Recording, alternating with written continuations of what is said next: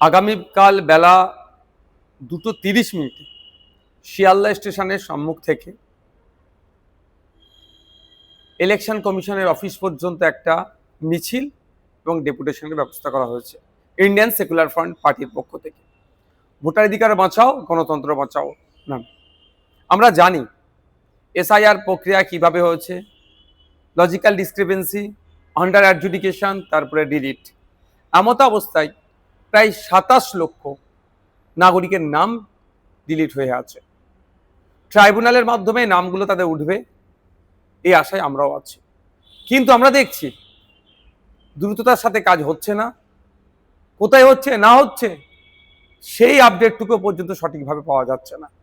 তাই যে 27 লক্ষ মানুষের নাম ডিলিট হয়েছে, শুধু সেই 27 লক্ষ নয়, আপামার বাংলার মানুষ, আমার বাঙালি সমাজের মানুষ আজকে আতঙ্কিত।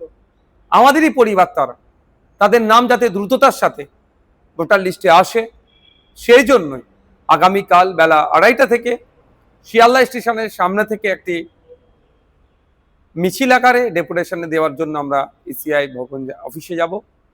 তাই সুবুদ্ধি সম্পন্ন মানুষের কাছে আবেদন করব, শুধু যার ভোটার লিস্টে নাম ডিলিট হয়েছে সে নয়, আপনার পরিবারের জন্য, আপনার প্রতিবেশী যাতে দ্রুততার সাথে ভোটার লিস্টে নাম ওঠে এবং চিন্তামুক্ত হয় এই 27 লক্ষ মানুষ।